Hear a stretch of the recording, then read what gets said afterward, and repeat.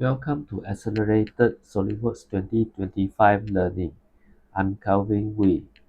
This course provides a quick and clear introduction to common features of Solidworks sketch, part assembly, drawings, and it is a free set of tutorials. Now let's start our learning.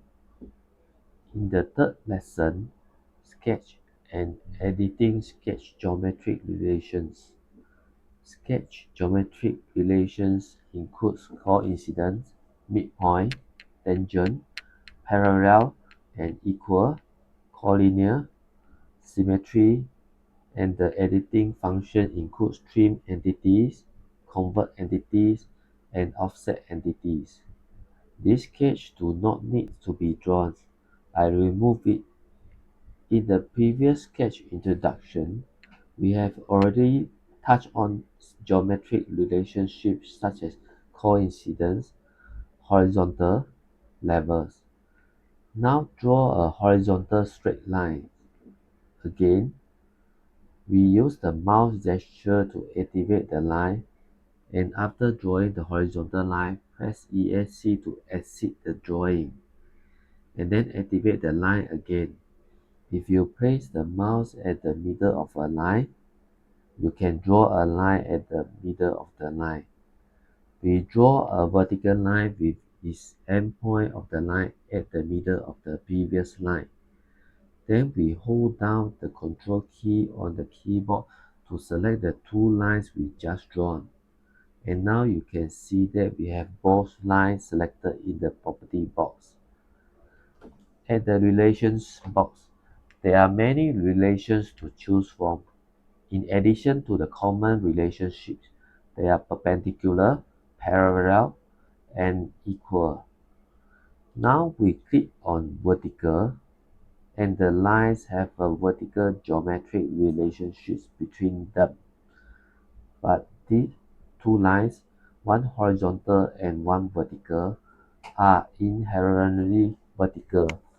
So we can draw three oblique lines and then try to match them with vertical or horizontal geometric relations.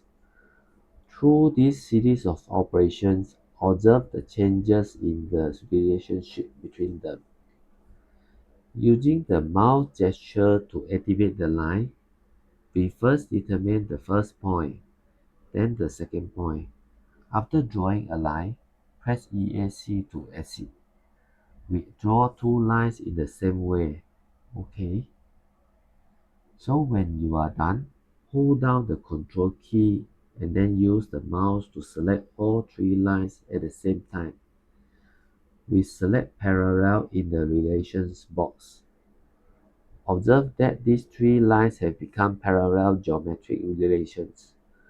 Click the parallel icons next to the line. You can see that the parallel icon of the other line is also highlighted, indicating that these two lines are parallel to each other. Right-click the parallel icon. We can delete these geometric relations. Select these two lines with the Control key again. This time we add perpendicular geometric relations. We can observe that these two lines become perpendicular to each other. We can also make them equal, and then click equal, and the length of these two lines will become the same. Now we can select the two parallel lines again, and in addition to selecting them with the Control key on the keyboard, we can also use the left mouse button to box the two lines. Then we click on the collinear, and we can see that these two straight lines fix together. And in addition to the geometric relationships mentioned above, there is also a tangent geometric relations. With the mouse gesture, we create a circle. Select the circle and any line by holding the Control key. You can add tangent geometric relations. You can see that the circle is tangent to this straight line. This is the tangent geometric relationship. There is also a geometric relationship called symmetry, where we select the vertical line on the left and click on it as the construction line in the property box. Next, we draw a circle on the left side of the line. Activate the circle with the mouse gesture and use ESC to exit the circle after drawing. Next, we use a control key to select both the construction line and the two lines on both sides, and then click on the symmetrical button in the property box. Now the two circles are symmetrical with respect to this construction line. Then the above is the geometric relationship commonly used in our sketches. Sometimes the system automatically assigns it when the sketch is established.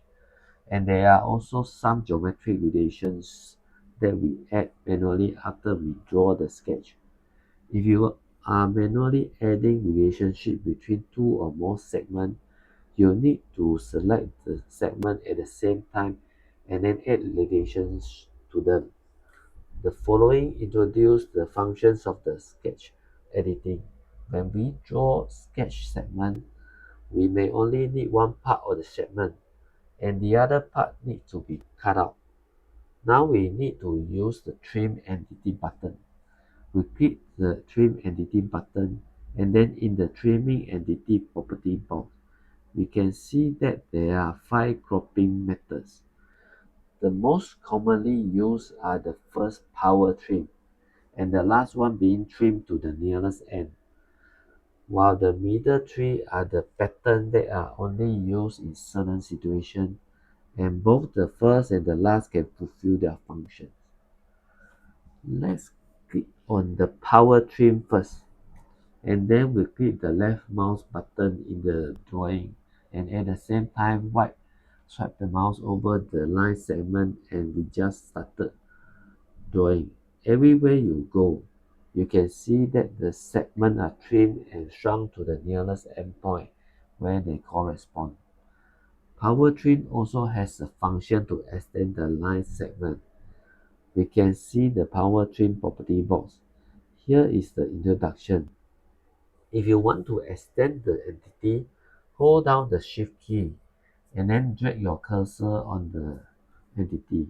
The following demonstration, hold down the keyboard Shift key at the same time.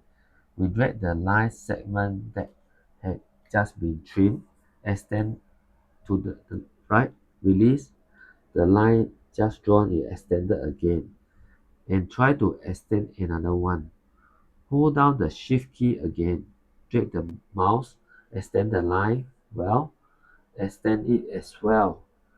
Then what happens if we hold down the left mouse button and drag the mouse to cut through these two lines like a knife? That's right, both lines has been trimmed to the nearest end. That is where power trims comes in, and most engineers use it for sketch editing. After understanding the demo just now, please operate it a few more times and then learn below. You can temporarily pause the video and then play this tutorial after you are familiar with it. The last button for trimming is introduced below. Trim to the closest end. Click this button. We find the line segment we want to trim in the sketch. Click on it to see the line segment is also trimmed to the nearest end. In fact, it is just different from the power trim method.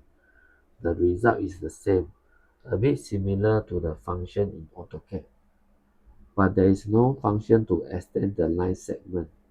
You can choose the trimming tool that is convenient for you according to your preference. In the following introduction to the convert entity, let's delete all the sketch we have just made. Now let's build a cylinder. First draw a cylinder on this sketch, then click on the extrude boss in the feature to extrude the base. Choose the length of the extrusion at will, and then determine the current cylinder and its offset. The upper and lower faces of the cylinder are flat. Solidworks can sketch not only on a datum plane, but also on other planes. We click on the sketch button in the sketch and select the top face of the cylinder, and we can sketch on this face.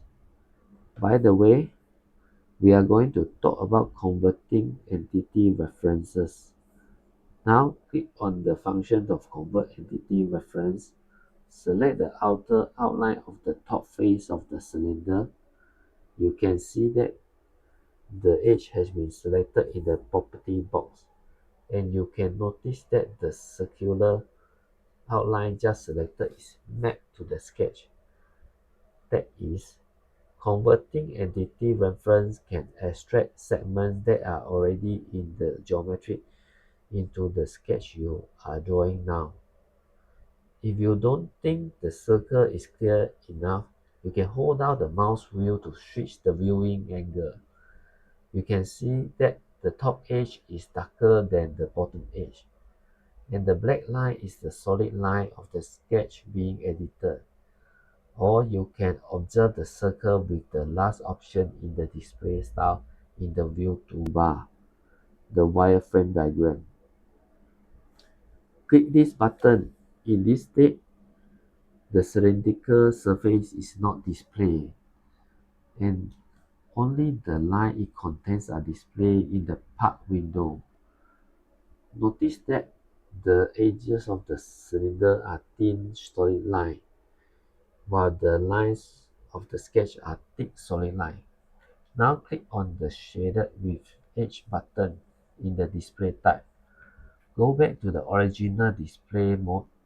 Delete this circle, and then we look at the design tree and see this extrude boss, which is this cylinder in the part window. Click on the extrude boss. The cylinder will be highlighted.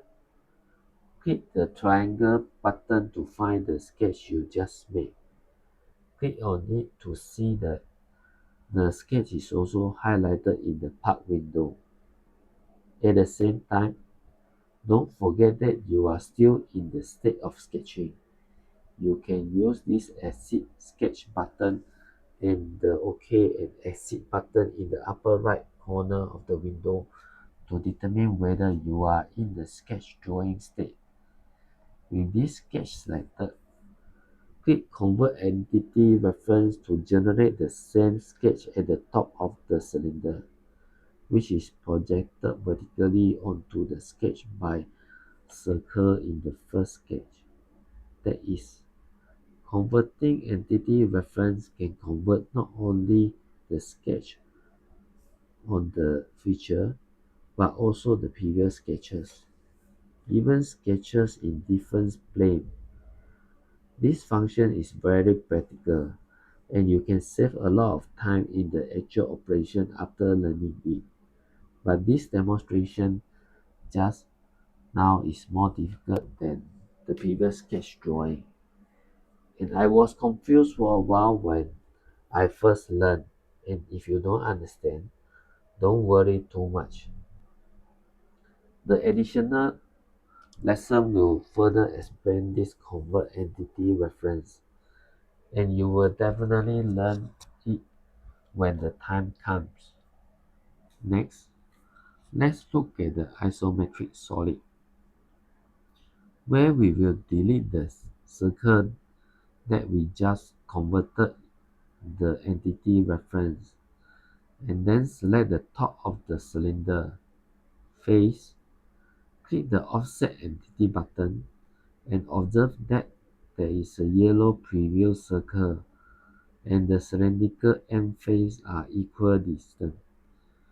We can set the offset distance and direction in the property box, or we can set it to bidirectional offset. Now that the offset distance is changed to 5, it is ready used to select the parameters of reverse and further down.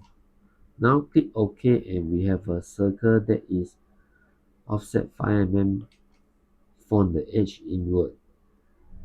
We can also double click the size on the sketch, edit it again, now from 5 to 10, and then confirm.